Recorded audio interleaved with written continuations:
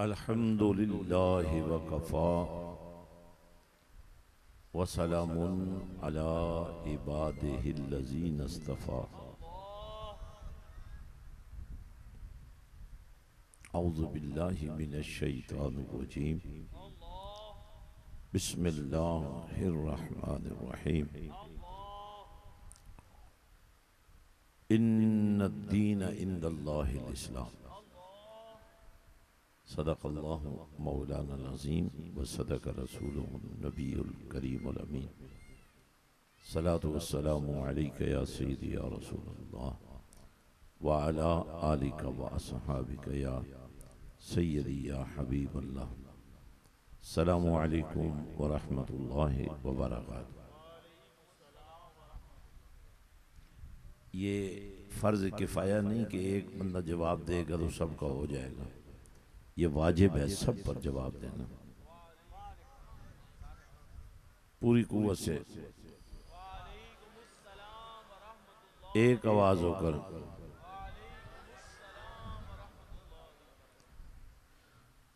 जो मैं आपको इशारा कर रहा था ना, आगे हो जाए। उसकी वजह यह है कि आपके आगे जब जगह खाली होती है ना, उधर शैतान बैठ जाता है, वो आपको बोलने ही नहीं देता।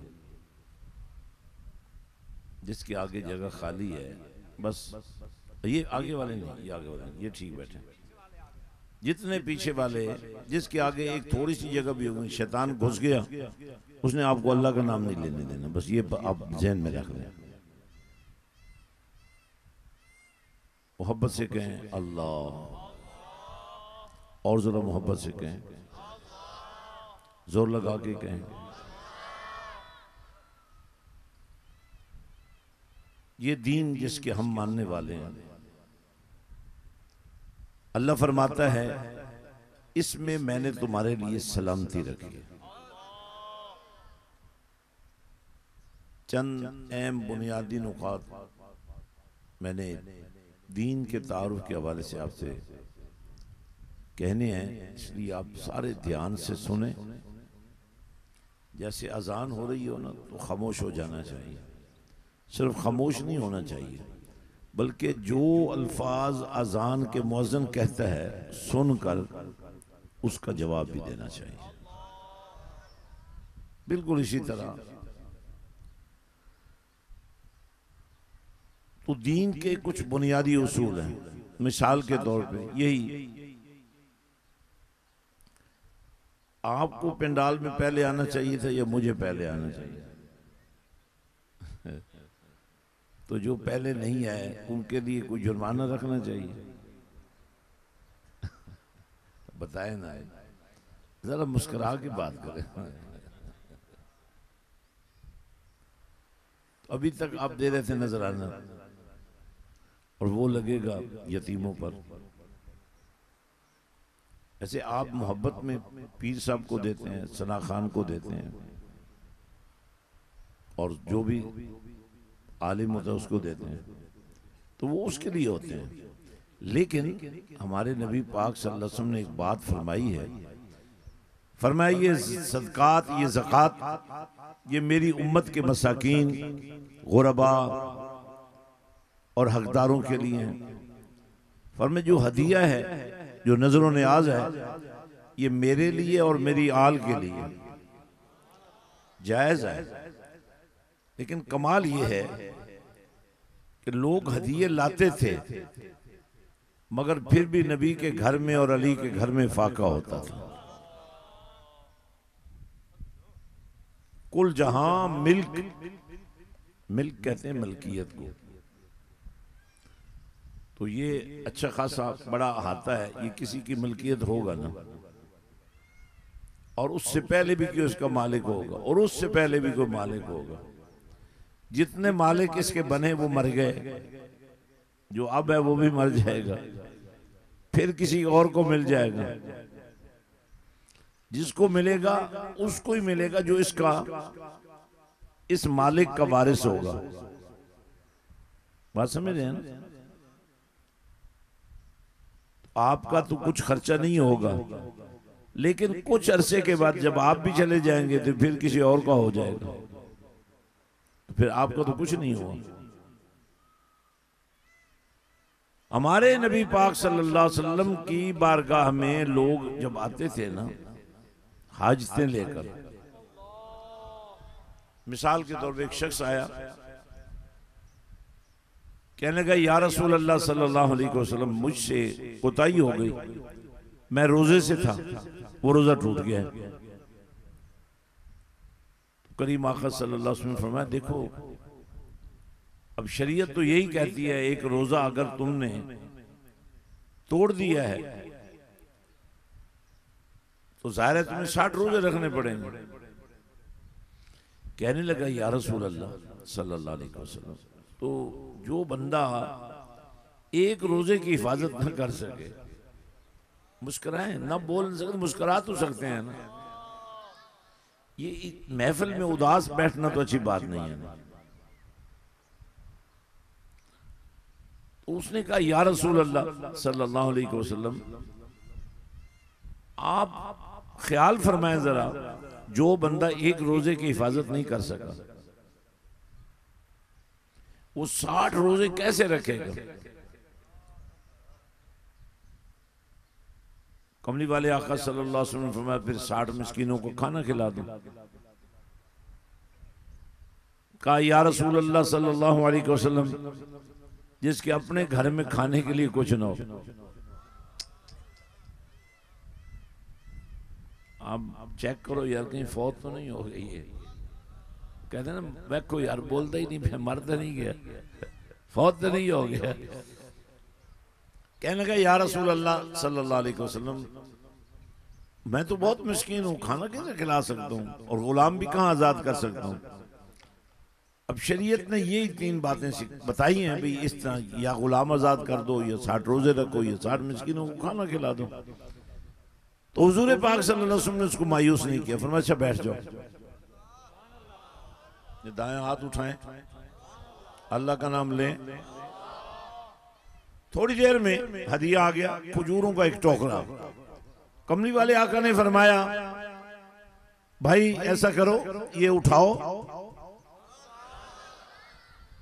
और मदीने के अंदर घूम फिर के जो तुम्हें गरीब मिले उसमें बांट दो, तुम्हारा रोजे का किफारा अदा हो जाएगा।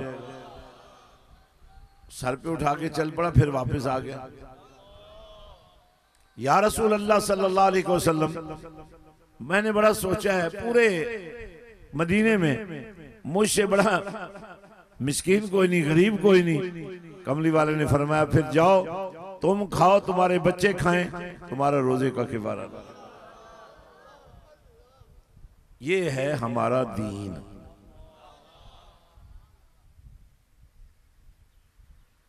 अगर कोई 2 चपातियां घर में रखता है हक तो उसी का है ना, ये वो खा ले। लेकिन फरमाया अगर तुम्हारा हमसाया फाके से है तो एक तुम खा लो कि उसको खिला दो। अब सुनिए, एक घर है नबी का, ऊंची आवाज, ऊंची आवाज।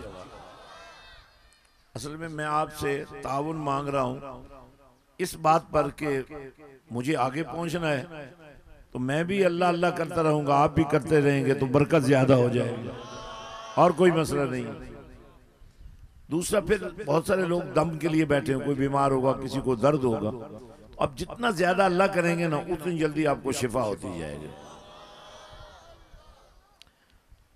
अब एक घर है नबी का, एक घर है अली का। अब जो अली का घर है वो भी नबी का घर है, और जो नबी का घर है वो अली का घर है। अब नबी का जो घर है वो सैयदना सिद्दीक़ अकबर के घर तक फैला हुआ है। बोलो ना, मैं आपको दीन की वो बुनियादी बातें अर्ज कर रहा हूं जिसको सीखने और समझने के बाद और हर किस्म की फिरका वारियत की लानत से बच जाएगा। आप वो उम्मत बन जाएंगे, वो उम्मत जिसका कुरान ने जिक्र किया है, और मैं कुरान भी पढ़ूंगा और इस नियत से पढ़ूंगा कि आपको एहसास दिला सकूं, एक मुसलमान के लिए, कलमा पढ़ने वाले के लिए कुरान को पढ़ना और ऐसा पढ़ना कि कुरान की रूह हमारे अंदर उतर जाए। तो मैं ये अर्ज कर रहा था, उस मालिक व खालिक ने जो दीन हमें अता किया है, उसके कुछ तकाजे रखे हैं। एक उस मालिक के हुकूक हैं जिसने हमें पैदा किया है, जो हमारी परवरिश करता है, जो हमारी हिफाजत करता है, जो हमें भूखा नहीं सोने देता, जो हमें नंगा रहने नहीं देता, जो हमारी मदद करता है, हमारी मुश्किलें आसान करता है और इतनी मोहब्बत करता है। बोलकर दिखाओ। उस मोहब्बत की मिसाल कमली वाले ने ये अता फरमाई, एक माँ अपने बच्चे से कितना प्यार करती है। फरमाया वो तुम्हारा मालिक व खालिक जो है 70 माओं से ज्यादा तुमसे प्यार करता है।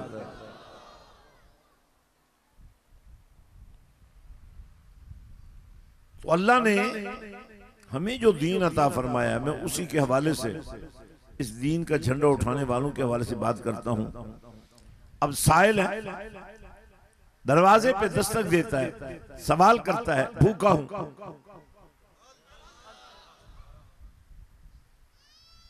उसको खाना मिलता है, पेट भर के खाता है और फिर कहता है कि अगर एक और बंदे के लिए खाना मिल जाए, तो पूछा जाता है तू तो अकेला है, दूसरा कौन है? कहा वो देखो, वो सामने जो शख्स बैठा है ना, जब मैं आया उससे मैंने पूछा कि मुझे भूख लगी है, उसने इस दरवाजे पर भेजा और उसे मैंने देखा कि वो खुश्क रोटी को पानी में भिगो कर खा रहा था। आवाज आई, नादान, उसे अली कहते हैं। आवाज का मजा नहीं आया। इतनी बड़ी बात पर तो मर जाना चाहिए, और यहां तो मौत नहीं है, जिंदगी बन जाती है। कहा उस बंदे ने मुझे यहां भेजा था, खुद खुश्क रोटी को पानी में भिगो के खा रहा था। आवाज आई, नादान, उसे अली कहते हैं और उसी का घर है जिस घर से तू सैराब हुआ है। मेरे दोस्तों,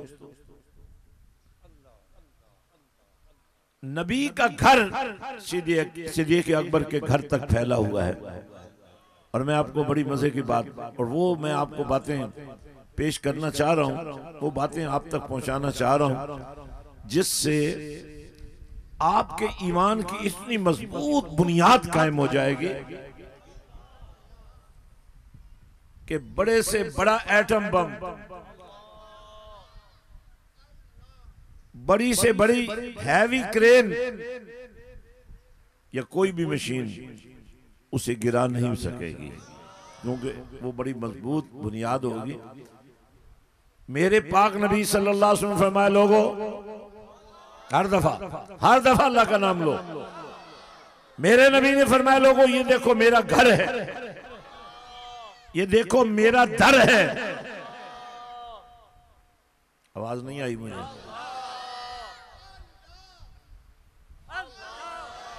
फरमाया ये मेरा घर है बैती, ये मेरा दर है मिंबरी। आज आपकी मस्जिद में जो मिंबर पड़ा है उसको मिंबर रसूल कहते हो ना, ये वो मिंबर तो नहीं है, ये तो आपने बनाया है। लेकिन एक दफा कमली वाले ने फरमा दिया, ये मेरा घर है बैती, ये मेरा मिंबर है मिंबरी। अब दुनिया में जहां मस्जिद बनेगी उसके अंदर जो मिंबर होगा वो मिंबर रसूल होगा। इसीलिए कहते हैं कि मिंबर रसूल पर खड़े होने वाला, मिंबर रसूल पर बैठने वाला गंदा अंडा नहीं होना चाहिए, बदबूदार नहीं होना चाहिए, गद्दार नहीं होना चाहिए, मुनकरे दीन नहीं होना चाहिए। अगर मिंबर रसूल पर बैठकर नबी की तारीफ न कर सके तो उससे बड़ा गद्दार कौन होगा।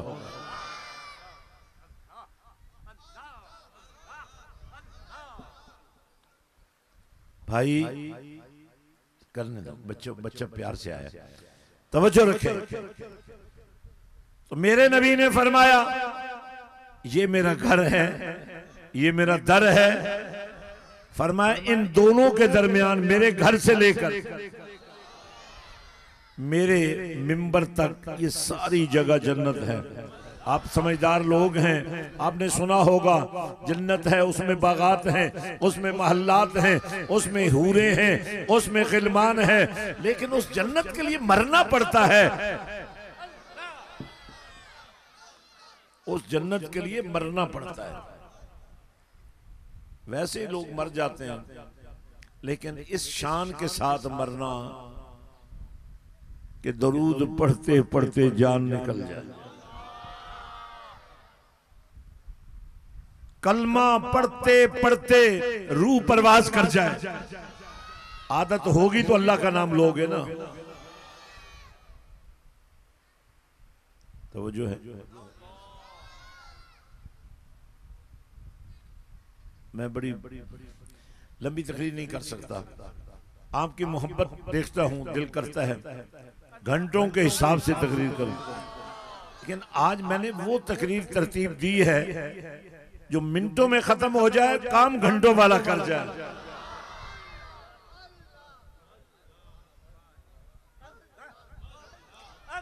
आप देखें, मन्नों के हिसाब से दूध होता है, छोटा सा एक कप भी लस्सी का डाल दो ना, उसको जाग लग जाती है, दूध खराब हो जाता है। पंजाबी के फिट गए है। अब या बंदा फिट दे तो या दूध फिट दे। तवज्जो है। और जो रुस्से हो जरा हंसो यार, तवज्जो तवज्जो तवज्जो। दुध मना दे हिसाब नाल बड़ी उसकी मुख्तसर जिंदगी है। अगर उस दुध नू बर वक्त संभालिया ना जाए, वो खराब हो जाएगा, फिट जाएगा, किसे कम दा नहीं रहेगा, नूर बेनूर हो जाएगा। अगर बंदे दी, और बंदा शुरू होता है बचपन तो मासूमियत दे पैरे विच, इसनू अंग्रेजी कहते ने इनोसेंस। बच्चा मासूम है, ये इनोसेंट है। यानी अगर कोई गलत या सही काम इस कर लिया, यदि गलती कोई नहीं, क्योंकि मासूम है। तवज्जो रखें, इंतहाई अहम बात। बच्चा, आपकी फसलें तैयार हैं, ठीक है, जरा सी बारिश हुई है ना, अगर कहीं ओले भी पड़ गए हैं, कुछ नुकसान हो गया होगा, अब ये आपके बस में नहीं है, लेकिन उस अल्लाह से लौ लगा ली जाए ना, तो फिर ओले नहीं बरसते, फिर बेमौसमी बारिशें नहीं होती। वैसे वो नाराज नहीं होता, लेकिन देखें, आप अगर किसी को गाली देंगे, किसी को भी, कोई भी, तो हो सकता है अगला भी आपको गाली दे दे।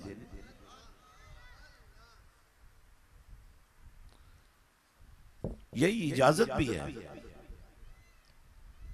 बदला लिया जा सकता है, लेकिन बंदा मोमिन की शान यह है को गाली दे तो यूं मुंह खोल ले, गाली के जवाब गाली से न दे। तो हजरात, मैं ये अर्ज कर रहा था, उस पाक परवरदिगार ने हमें जो दीन अता फरमाया है उसका इतलाक बच्चे पर नहीं होता, क्योंकि जो पैदा होता है वो इस्लाम की फितरत पर होता है, वो पहले ही मुसलमान होता है।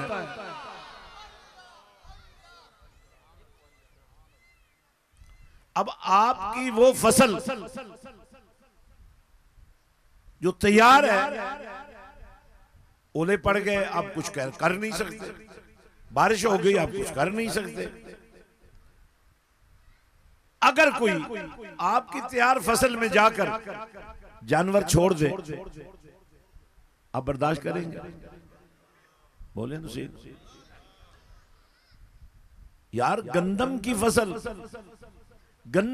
फसल भाई, पट्ठे, आम पट्ठे, किसी दे जानवर उनसे इजाजत नहीं दे सकते। ये जो बच्चे हैं ना, ये मेरे नबी की उम्मत की वो फसल है जिसकी हमने हिफाजत करनी है। अब मैं सारी तकरीर छोड़ने जा रहा हूं और बड़ी अहम बात आपसे करने लगा हूं।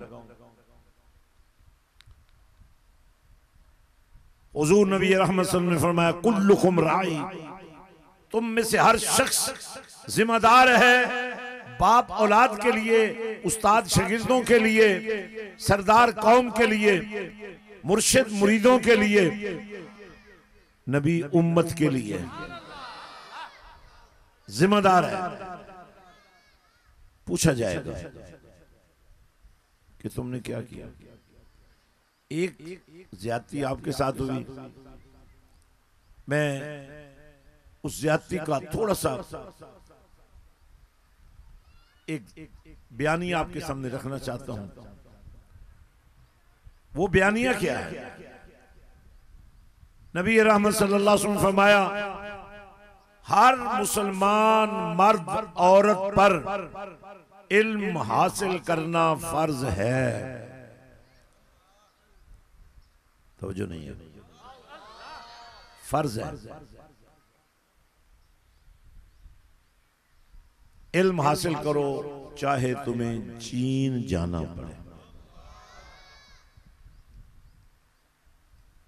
अब एक और फरमान है, मदीने के ताजदार ने फरमाया, मां की गोद पहली दरसगाह है।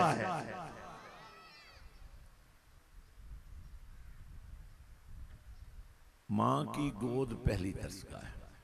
अब इन सारे बयानात को जमा करें और फिर मां का वजूद बच्चे के लिए पनाहगाह है और मां के कदमों में जन्नत है। और ये शर्त नहीं लगाई गई कि वो नेकोकार होगी तो जन्नत होगी, लेकिन अगर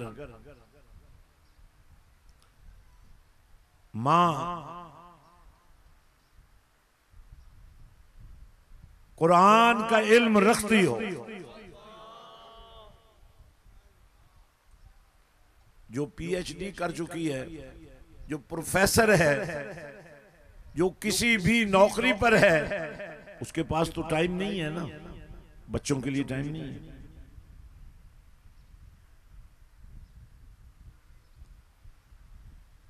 तो वो माएं तो हुई ना बेकार। अब मैं उस मां की बात कर रहा हूं जिसका सीना कुरान का खजीना है। आज की बेटी कल की मां बनेगी। जब बेटियां जवान हो जाती हैं, मां बाप फिक्र करते हैं कोई अच्छा साथ मिल जाए, कोई अच्छे लोग मिल जाएं, कोई अच्छा खानदान मिल जाए। अच्छाई का मियार तो क्या है? घर बहुत अच्छा होना चाहिए, बंदा बरसर रोजगार होना चाहिए, कुंबा छोटा होना चाहिए, अखलाक आला होना चाहिए, नस्ल कौम आला होना चाहिए। अब ये कोई नहीं कहता कुरान का कारी भी होना चाहिए, ये कोई नहीं कहता कुरान का हाफिज भी होना चाहिए। आज की बेटी कल की मां है, आपके साथ जुल्म हुआ, आपके वालिदैन ने अगर आपको कुरान का नूर नहीं दिया तो आप उसका बदला अपने बच्चों से मत ले। आज अगर तुमने अपने बच्चों को कुरान के नूर से मुज़य्यन कर दिया तो कल कयामत के दिन आमिना के लाल ने फरमाया, अल्लाह के दरबार में नूरी ताजों वाले पेश किए जाएंगे जिनके सीने में कुरान। अब मैं कुरान के हवाले से एक दो बातें सिर्फ करता हूं, बात खत्म करता हूं। शाहरु रमज़ान अल्लज़ी उन्ज़िला फ़ीहिल कुरान।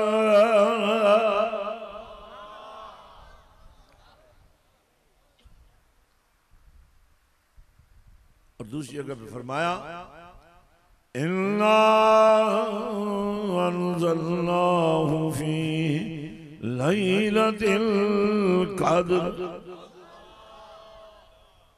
अच्छा, तुम्हें पीर चाहिए जेड़ा थोड़ा किला खिलार सके, ते जेदा अपना किला ही टूटे हुए है। आपको पीर वो नहीं चाहिए जेड़ा किला खिलार सके, आपको पीर वो चाहिए जो मुर्शिद हो, और मुर्शिद से रुश्द आनी चाहिए बार, और रुश्द है कुरान में, और कुरान है जिसके सीने में। कुरान है अल्लाह का कलाम, और अल्लाह ने कुरान को बनाया है मदीने वाले की अदाओं का तर्जमान।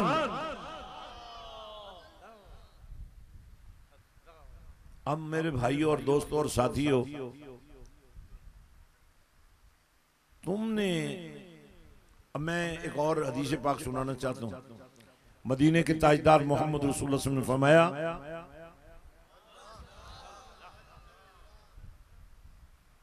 कयामत के दिन मैं अपनी उम्मत की कसरत पर फख्र करूंगा। निकाह का सबसे बड़ा मकसद हुजूर की उम्मत को तैयार करना है। अब हुजूर की उम्मत को तैयार करने के लिए हमारे पास जो निसाब है वो है कुरान।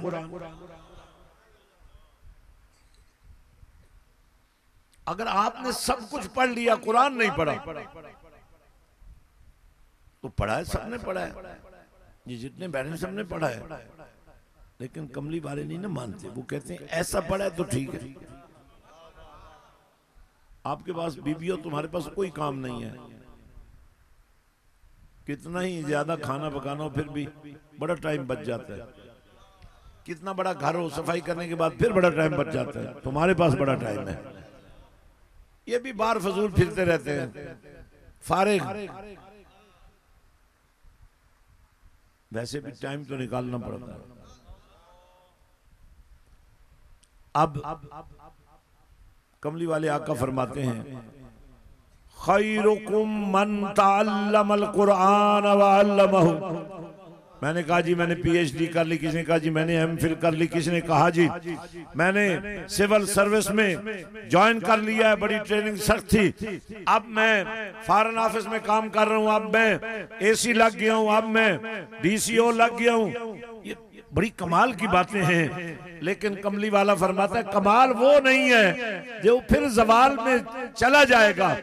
आज का आईजी जब रिटायर हो जाएगा तो उसकी कोई वैल्यू ही नहीं रहेगी। आज का एमपी एमएनए जब कल दोबारा नहीं बन सकेगा उसकी कोई वैल्यू नहीं होगी। लेकिन खैरुकुम मन तअल्लमल कुरान व अल्लमहु, तुम्हारे बेहतरीन होने का सर्टिफिकेट नबी पाक दे रहे हैं। फरमाया ऐसा कुरान सीखो कि तुम जिंदगी भर सिखाते रहो। तो हजरात, जो स्कूल है उसमें कुरान नहीं, जो कॉलेज है उसमें कुरान नहीं, और जो मदरसा है उसमें स्कूल नहीं।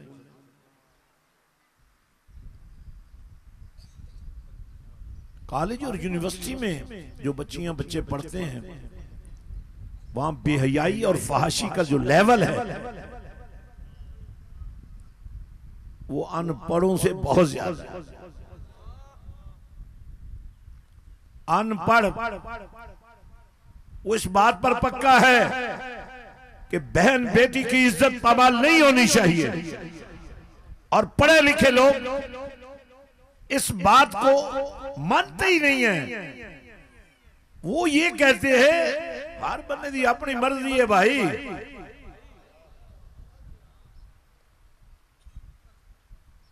अब क्या करना चाहिए? मैंने दरबार शरीफ पर, क्योंकि आप लोग आशिक हैं मदीने वाले के, आप कमली वाले आका के नाम पर सब कुछ लुटाने को तैयार रहते हैं, तो आपको भी तो कुछ मिलना चाहिए ना। तो हमने एक प्रोजेक्ट किया है जो 25 एकड़ में फैला हुआ है। किसी मस्जिद में आपने स्कूल नहीं देखा होगा, किसी मस्जिद में आपने कॉलेज नहीं देखा होगा, किसी मस्जिद में आपने यूनिवर्सिटी नहीं देखी होगी। यूनिवर्सिटियों में मसले होते हैं लेकिन नमाज को नहीं पढ़ते, जैसे यहां कोई नहीं पढ़ता, बहुत कम पढ़ते हैं, पढ़ते तो हैं लोग। तो हमने मस्जिद हुसैन बनाई है 25 एकड़ में। 10,000 उन बच्चों और बच्चियों के लिए जिन्हें यतीम कह के लोगों ने ठुकरा दिया। मेरे नबी ने फरमाया तुम्हें यतीम की शान का पता नहीं है। दुनिया में अगर किसी यतीम के साथ खड़े भी हो जाओगे ना, तो क़यामत के दिन कमली वाला फरमाता है मैं तुम्हें अपने इतने करीब खड़ा कर लूंगा जितना मेरी ये 2 उंगलियां एक दूसरे के करीब है। ये बीबियां माशाल्लाह बहुत नेक होती हैं। इनका जोश देखना हो तो जब ये खरीदारी करती हैं, और इनको भी वहम है और आपको भी वहम है कि औरतों को ज्यादा सलीका है खरीदारी करने का, लेकिन मर्द और औरत का एक ऐसा साथ है जिसके बारे में मदीने के ताजदार ने फरमाया बेटी को बाप, बहन को भाई, बीवी को खामिन और मां को बेटे का साथ चाहिए, क्योंकि औरत सिन्फ नाजिक है। वो जिस्मानी कुव्वत इतनी नहीं रखती, उसको साथ चाहिए। और अगर वैसे ये भी कहा गया है कि हर कामयाब मर्द के पीछे एक औरत का हाथ होता है। अगर औरत कुरान की कारिया होगी, अगर औरत कुरान की आशिक होगी, अब आपने 2 काम करने। पहला काम समझ लें, यहां बनाए, यहां करें, हमारी मदद तुम्हारे साथ होगी। लेकिन अगर ऐसा मुमकिन नहीं है, अपने बच्चे बच्चियां पर्दे के एहतमाम के साथ हमारे पास भेज दें, मस्जिद हुसैन की ज़ियारत करें और देखें। यतीम बच्चे तो फिर पल जाते हैं, गरीब का बच्चा तो फिर कहीं ना कहीं से कुरान का कारी बन जाता है। लेकिन वो लोग जिनके बच्चे बड़े अच्छे स्कूलों में तो पढ़ते हैं, लेकिन उनके माँ बाप उन बच्चों को यतीमों की तरह कुरान से दूर कर देते। पहले मस्जिद हुसैन की ज़ियारत कर लें। बर्रे सगीर पाको हिंद के नामवर सूफी बुजुर्ग हजरत सुल्तान बाहू रहमतुल्लाह अलैह ने इस पसमानदा तरीन खित्ते में जहालत की तारीकियों को इल्म की रोशनी से मुनव्वर करने का बेड़ा उठाया और इस फर्ज की तकमील को अपनी जिंदगी का मिशन बनाया। इनके इस दारे फानी से कूच के बाद फरोग़ इल्म के इस मिशन की जिम्मेदारी आपके सजादा नशीन और सुल्तान बाहू ट्रस्ट के रूह रवां बानी, अजीम रूहानी और मजहबी शख्सियत हजरत पीर सुल्तान फयाजुल हसन सरवरी कादरी मद्दज़ल्लाह अलैह ने उठाई। उन्होंने मस्जिद हुसैन के नाम से मंसूब एक अजीमुल शान दीनी फलाही और तालीमी मंसूबे की बुनियाद रखी। गरीब नहीं सोच सकता कि मेरा बेटा डॉक्टर बनेगा। मैं अल्लाह की अज़मत की कसम और नबी की हुर्मत की कसम खाकर कहता हूँ कि मैं तुम्हारे बेटे को डॉक्टर भी बना दूंगा, लेकिन खुदा के लिए इस बेटे को रुसवा होने से बचा लो, इसे कुरान के नूर में बसने दो। ये मरकज़े रहमत ये हुसैनियत का ताज पहनाने के लिए मैंने तुम्हें बुलाया है।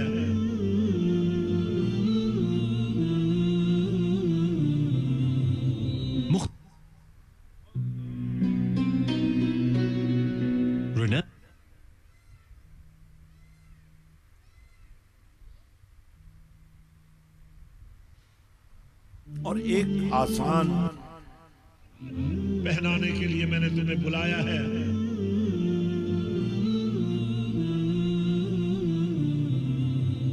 मुख्तलिफ मदारिस के हामिल पाकिस्तान और दुनिया भर में मयारी तालीमी इदारे united school system, united colleges, Jamiatul Hira, holy school system और अजीम शान यूनिवर्सिटी को मस्जिद हुसैन के साथ मुंसलिक किया।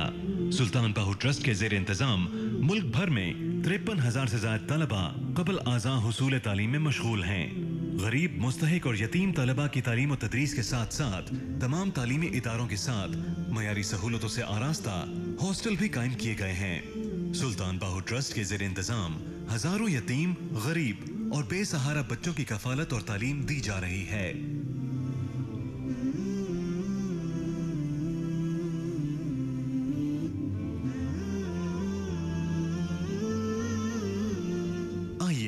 इन्हीं बच्चों में से एक तालिब इल्म कुर्बान अली की कहानी इसकी अपनी जुबानी सुनते हैं। अस्सलाम वालेकुम, मेरा नाम कुर्बान अली है। मैं 6th क्लास का इम्तिहान दे चुका हूँ और तजवीज़ के साथ नाज़रा भी पढ़ चुका हूँ। अब मैं 7th क्लास में पढ़ रहा हूँ। यहाँ बहुत अच्छा निज़ाम है, तालीम भी बहुत अच्छी है और हॉस्टल भी बहुत अच्छे हैं। मैं पीर साहब का शुक्रगुजार हूँ कि उन्होंने हमको यहाँ तक पहुँचाया। बड़ा होकर टीचर बनना चाहता हूँ। एक और तालिब इल्म मोहम्मद वसीम की कहानी आपको सुनाते हैं, जो कि यूनाइटेड स्कूल सिस्टम में जेर तालीम है। इसका ताल्लुक एक गरीब घराने से था। मोहम्मद वसीम चंद साल का था तो इसके वालिद इस दुनिया से चल बसे। छोटी उम्र में वालिद का साया छिन जाने के ने दूसरी शादी कर ली। बदकिस्मती से वसीम का सौतेला बाप इस पर दस्ते शफकत रखने की बजाय इससे नारवा सलूक करता। वसीम इसके जुल्म से तंग आकर एक दिन अपने चचा के घर चला गया। इसके चचा ने इसकी ये हालत देखकर इसकी देखभाल का फैसला किया। इसकी परवरिश का बोझ उठाने की सिक्कत न होने के बायस इसे तालीम दिलवाने के लिए हजरत सुल्तान बाहू ट्रस्ट के जेर इंतजाम यूनाइटेड स्कूल में लेकर आया। मेरा नाम है मोहम्मद वसीम। मेरे अब्बू फौत हो चुके हैं। मैं पढ़ नहीं सकता था, मुझे कोई पढ़ा रहे नहीं था। इधर यूनाइटेड स्कूल में दाखिला भी मुफ्त और फीस भी नहीं है और किताबें भी पढ़ी लेकर देते हैं और यूनिफॉर्म और शूज पढ़ी लेकर देते हैं। जहां हजरत पीर सुल्तान फयाजुल हसन कादरी ने अपने दस्ते शफकत से इसकी परवरिश और तालीम की जिम्मेदारी उठाई। इधर मैं बड़ा खुश हूँ। मैं पीर साहब का शुक्रिया अदा करता हूँ जिन्होंने हमें यहाँ सहारा दिया। ऐसे हजारों यतीम, गरीब और लावारिस बच्चे हजरत सुल्तान बाहू ट्रस्ट के जेर इंतजाम इदारों में अपने रोशन मुस्तकबिल के लिए कोशा हैं। हजरत, दो ही बातें हैं। आज से अपने हर बच्चे को खत्म नबूवत का मुजाहिद बनाने के लिए इसको कुरान के नूर से गुजारो।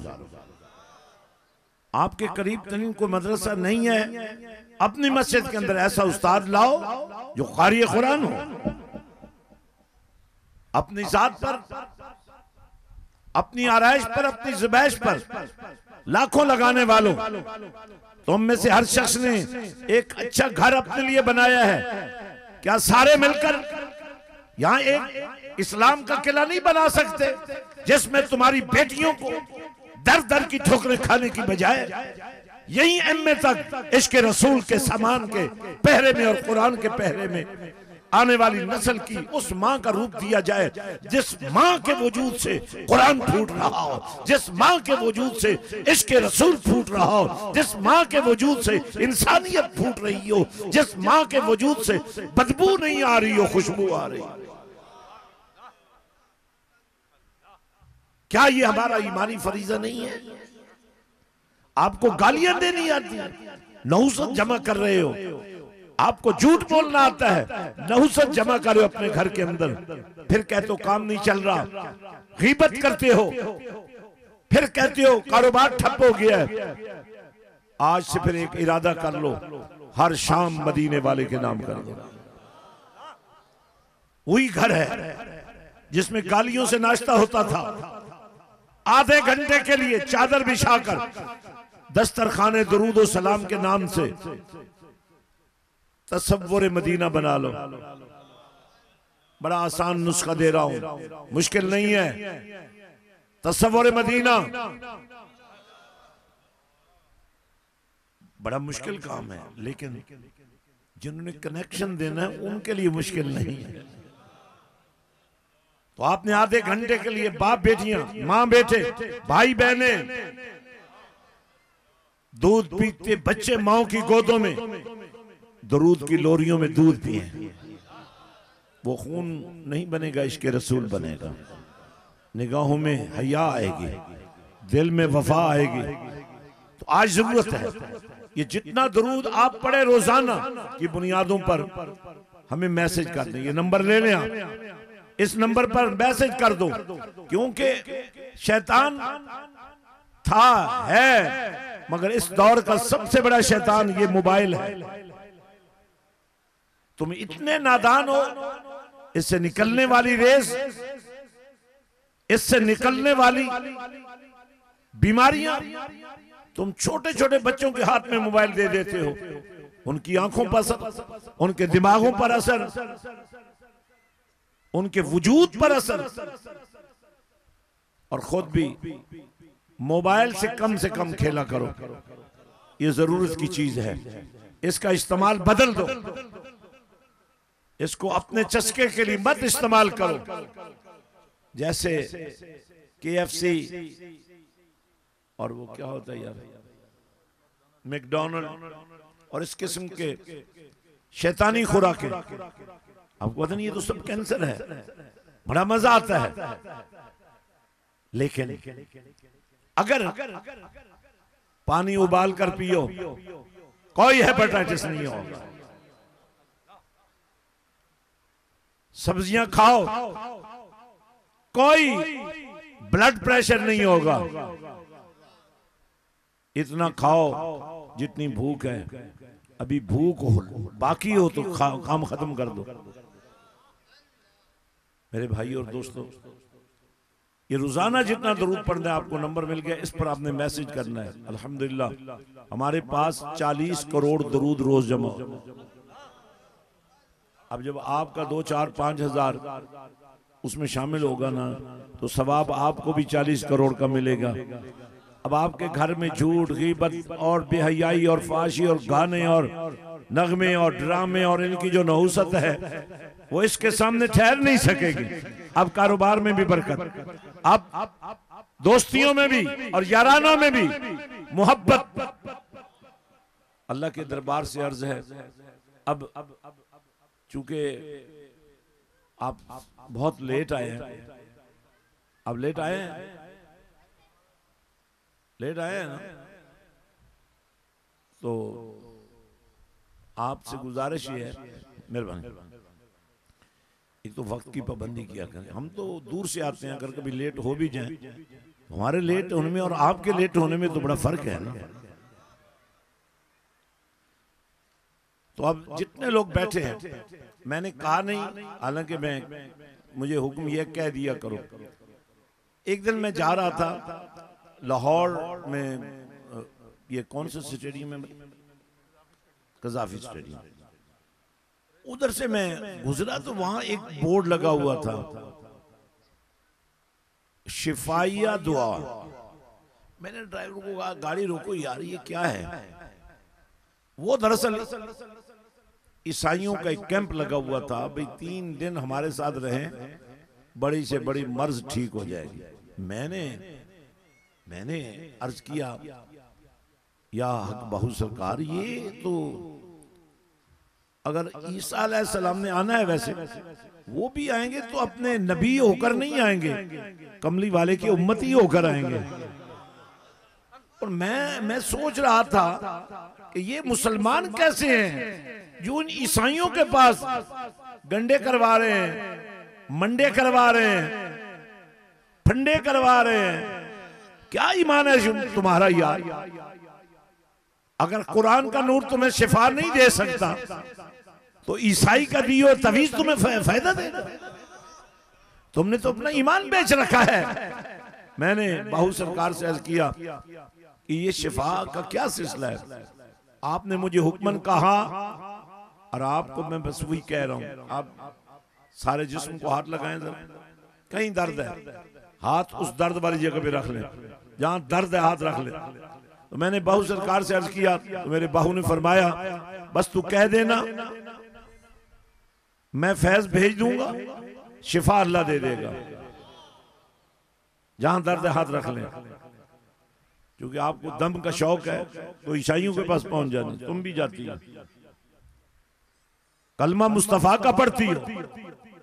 हजरत ईसा अलैहिस्सलाम ने भी आना है मगर कलमा कमली वाले का पढ़ेंगे।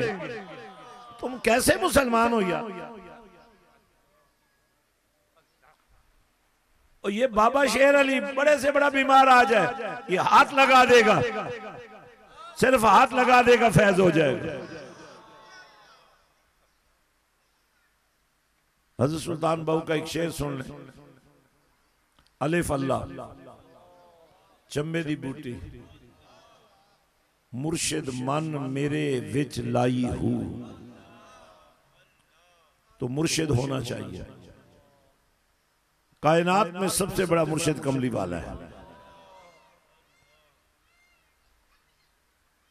और जिन्हें कमली वाला अपना नौकर बना ले वो भी मुर्शिद हो जाते हैं। मुर्शिद कामिल, बच्चों को रोको भाई, बिठा दो इनको। मुर्शिद कामिल ऐसा होवे जड़ा धोबी वांगण छठे हो, नाल निगाह दे पाक करेंदा, विच जरा भी मैल न रखे हो, सह को आते तालिब वसदा मुर्शिद हेठ निगाह दे रखे। मुर्शिद कामिल ऐसा होवे हजरत बाहू जेड़ा लू लू दे मुड़ वसे हो। और ए तन वो सांप डसता रहा था, सिद्दीक अकबर ने पांव नहीं हटाया, सांप डसता रहा, वो नबी को देखते रहे। सूरज डूब गया, अली ने नबी के चेहरे से आंख नहीं हटाई। नमाज कज़ा हो गई, अली की आंखों में आंसू आ गए। नमाज पढ़ने से रूह पाक हो जाती है और नमाज पढ़ने के लिए वुजू जरूरी है, वुजू करने से जिस्म पाक हो जाता है। और नमाज के बाद अज़कार और आद वज़ाइफ कलमा दरूद पढ़ने वालों दिल पाक हो जाएगा, जिस्म भी पाक हो जाए, दिल भी पाक हो जाए, रूह भी पाक हो जाए। तो फिर कौन ताकत है जो तुम्हें अल्लाह से दूर रख सकती? जो तुमने अपनी जवानियों की कीमत लगाई हुई है वो गलत है। तुम्हारी कीमत ये है कि तुम्हें मौला खरीद ले। ए तन मेरा चश्मा हो, मैं मुर्शिद वेख न रख। मेरे अली की आंखों में आंसू गए, सूरज गुरूब हो गया, नमाज कज़ा हो गई, अली रो दिए।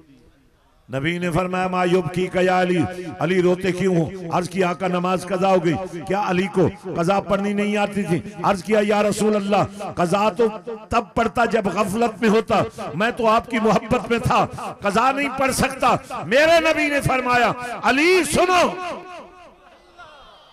ऐसे नबी ने हाथ यूं लंबा किया ना, तुम्हारे तो हाथ अभी भी टूटे हुए नहीं उठ रहे हैं। मेरे नबी ने यूं हाथ लंबा किया। अब देख, इस पर्दे के पीछे जो भी है मुझे नहीं देख रहा है, मेरे हाथ को नहीं देख रहा है, लेकिन ये कमली वाले का हाथ था। मेरे नबी ने हाथ यूं बढ़ाया ना तो सूरज जो डूबा हुआ था तड़पा, उसे पता चल गया कि ये नबी का हाथ चाहता क्या है। फिर मेरे नबी का हाथ उठता चला गया, जहां तक नबी का हाथ गया वहां तक सूरज पलट पलट। ये दीन है और बेनमाजो ये दीन है। मेरे नबी ने फरमाया वुजू के पानी का असर क़यामत तक कायम रहेगा। चेहरे चमकेंगे, हाथ चमकेंगे, पांव चमकेंगे। और मेरे आका फरमाते हैं मैं दूर से पहचान लूंगा और अर्ज करूंगा मौला ये चमकते हुए चेहरे, ये उम्मती बेरे। और आवाज आएगी प्यारे जो तेरे अब मेरे। हजरात अब आप हाथ लगाएं जिनका दर्द खत्म हो चुका है, अच्छी तरह देखें ईमानदारी के साथ। सिखा हिंदुआ ईसाइया को जाके मुरादा मंगण वाले हो जालमो, जिस नबी दा तुसी कलमा पढ़दे हो उस जात नूं ते अल्लाह ने वमा अरसलना का इल्ला रहमतल लिल आलमीन बना के भेजा। जेड़ा कुरान तुहाडे कोल निसाब बन के आया है, अल्लाह ने फरमाया व नुनज़्ज़िलु मिनल कुरान मा हुवा शिफाउन व रहमतुल लिल मोमिनीन। मोमिन ते तुसी बनना है ना फिर। हाँ जी, हाथ ला के वेखिए जिन्हां दा खत्म हो गया, इतना ऊंचा हाथ खड़ा कर लो। आ वेख लो भाई, सजे खबे पीछे मुड़ के वेख लो। ये है मेरे बाहू का फैज। सुल्तान बाहू कंड तेरी ते शाहे लोला के, कंड तेरी ते शाहे लोला के, सीने लाया तेनू गौस पा।